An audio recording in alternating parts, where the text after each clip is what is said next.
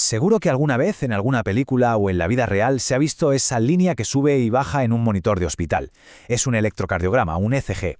Y aunque pueda parecer un simple garabato, un código indescifrable, en realidad es una historia. La historia, segundo a segundo, de la actividad eléctrica que hace latir al corazón. Pues bien, hoy vamos a aprender a leer esa historia. Y para hacerlo vamos a seguir un camino muy lógico. Primero, veremos qué es exactamente esa firma eléctrica que deja el corazón. Después, la clave de todo. Aprenderemos a pensar con flechas, con vectores. Veremos desde qué ángulos, como si fueran cámaras, se observa el corazón. Luego nos meteremos de lleno a descodificar el evento principal, el latido. Contaremos el resto de la historia, qué pasa antes y después, y al final juntaremos todas las piezas para encontrar el verdadero norte del corazón.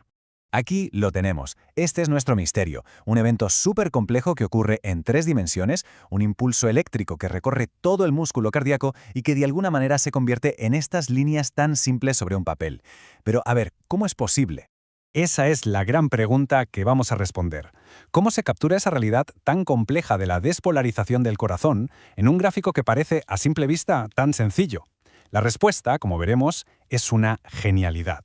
Cada onda, cada pico, cada valle que vemos en el trazado es una firma única. Si algo va mal en el corazón, si el impulso eléctrico no se transmite como debería, esa firma cambia. Las ondas se deforman, así que analizar estas líneas es, literalmente, leer el estado de salud del corazón. Vale, vamos al lío. Para entender de verdad cómo un problema en el corazón altera el ECG, primero tenemos que dominar una herramienta, un concepto que es la clave de todo esto, los vectores. ¿Y qué es un vector? Pues dicho de forma sencilla, es una flecha, nada más. Una flecha que nos da 2 datos clave. Su punta nos dice hacia dónde va la corriente eléctrica y su longitud nos dice qué tan fuerte es, qué voltaje tiene. Dirección y fuerza. Con eso nos quedamos. Claro, en cualquier momento, dentro del corazón, hay un montón de pequeñas corrientes eléctricas yendo en 1000 direcciones a la vez. Sería un caos intentar analizarlas todas. Pero, por suerte, podemos simplificarlo. Sumamos todas esas fuerzas y el resultado es un único vector, una única flecha que representa la dirección y fuerza promedio en ese instante. Normalmente, esa flecha apunta desde la base del corazón hacia la punta. Y para ser precisos, medimos su dirección con una especie de sistema de coordenadas sobre el pecho. Imaginaoslo como un reloj.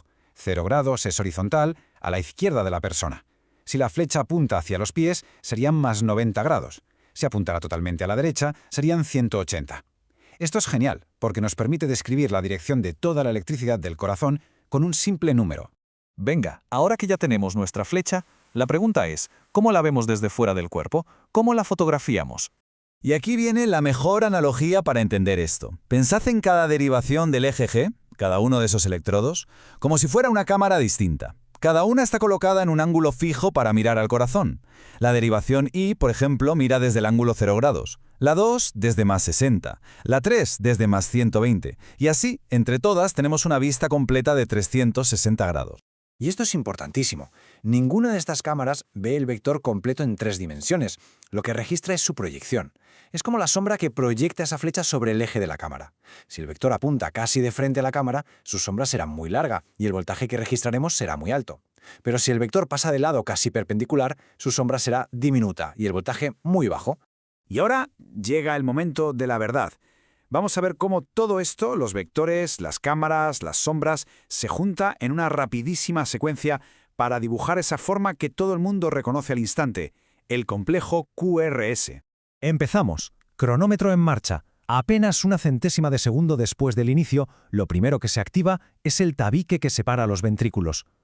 Como es una zona pequeña, el vector que se crea es corto. Por eso, las sombras que proyecta en las derivaciones son pequeñas y a veces crean la primera ondita negativa del complejo, la onda Q. Y solo una centésima de segundo después, ¡boom!, el momento álgido. La onda eléctrica ya ha invadido la mayor parte de los ventrículos. Como es mucha más masa muscular, el vector se hace de repente muchísimo más largo. El resultado, los voltajes que registran todas las cámaras se disparan y se forma ese pico tan alta que todos conocemos como la onda R. Un instante después, a las 35 milésimas de segundo, la parte exterior de la punta del corazón ya se ha activado. Esto empieza a neutralizar un poco la carga del resto, así que el vector total se hace un poquito más corto. Y lógicamente, los voltajes que habíamos registrado empiezan a bajar desde su punto máximo. Y justo cuando parece que todo está acabando, hay un último giro de guión. A las 5 centésimas de segundo, el vector cambia de dirección y ahora apunta hacia la última zona que falta por activar, en la base del ventrículo izquierdo. Por este cambio de rumbo, las sombras que proyectan algunas derivaciones, como la I y la 3, de repente se vuelven negativas. Así se crea la onda S, esa caída por debajo de la línea cero. Y finalmente, a las 6 centésimas de segundo, todo el músculo ventricular está despolarizado, está activado. Ya no hay diferencias de potencial, así que no hay corriente fluyendo. ¿Qué pasa con nuestro vector? Pues que desaparece, se reduce a cero, y el trazado en todas las derivaciones vuelve a la calma, a la línea de base. El QRS ha terminado. Vale, hemos descifrado el evento principal, ese imponente complejo QRS. Pero la historia de un latido no acaba ahí. De hecho, ni siquiera empieza ahí. Los mismos principios de vectores y sombras nos ayudan a leer el resto de la firma del corazón. Esa pequeña joroba que hay justo antes del gran pico es la onda P. Representa la activación de las aurículas, las cámaras superiores. Es como el pistoletazo de salida del latido.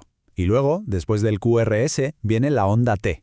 Esta onda representa el reinicio eléctrico de los ventrículos, su repolarización, preparándose para el siguiente latido. Y es curioso porque aunque es un reinicio, su vector suele apuntar en la misma dirección general que el del QRS, por lo que la onda T también suele ser positiva. Ahora vamos a ver cómo todo este análisis tan detallado de las ondas nos puede llevar a un único número, un dato potentísimo para el diagnóstico: el eje eléctrico medio. No se trata solo de la forma de las ondas, sino de su dirección promedio. Entonces, ¿cómo se calcula esto en la práctica? Pues es bastante ingenioso.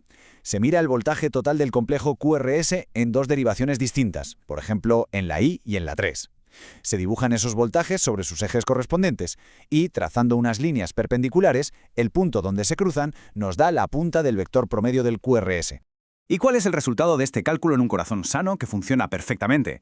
Pues aquí lo tenemos. El eje eléctrico medio de un ventrículo normal es de aproximadamente más 59 grados.